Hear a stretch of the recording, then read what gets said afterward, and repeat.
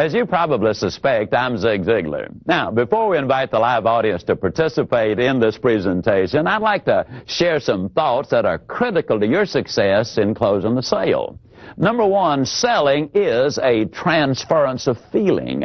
If I can make you feel about my product like I feel about my product, if there's any way on earth you are going to buy my product. Now, Willie Dorsey, the great spiritual singer, puts it this way: brother, if you're going to be convincing, then you've got to be convinced. In other words, you transfer that feeling to others that your product, goods, or services are good. Now, there's a myth that's an absolute fallacy, and that is that a good salesperson can sell anybody anything. That's a con artist. A good salesperson, a professional, one who wants to build a career instead of just making a sale, clearly understands that you've got to have a conviction that what you're selling is in the best interest of that person who's buying. That way you render a service. That's what selling really is all about. Second point I'd like to make is simply this: prospects don't change their mind. Now, I know what many of you are thinking, but in reality, they make a new decision based on the new information which you give them. That's the reason the professional salesperson has a storehouse of additional information, because when the prospect says no, they're really saying no based on what they K-N-O-W. Now, you let them know more, and good closing involves education, then they're going to be knowing more and consequently buying more. Number three, the kind of person you are is critically important. A Harvard study recently reveals this: that the people who gain the most usable information from a presentation such as this one take good notes. That's number one. And number two, when it's over, they get with an associate or their boss or their trainer or their manager, and they brainstorm. So as you watch and listen, ask yourself these questions: how can I adapt and use this material old Zig's sharing with me in my career so that I can sell more today and be able to sell more tomorrow to the same people? Now, tell you what, let's do.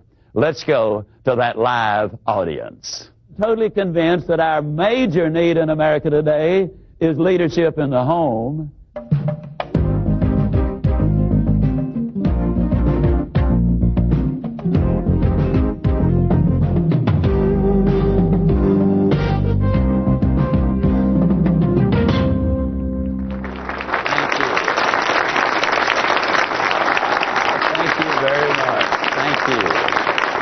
Goodness alive. All right.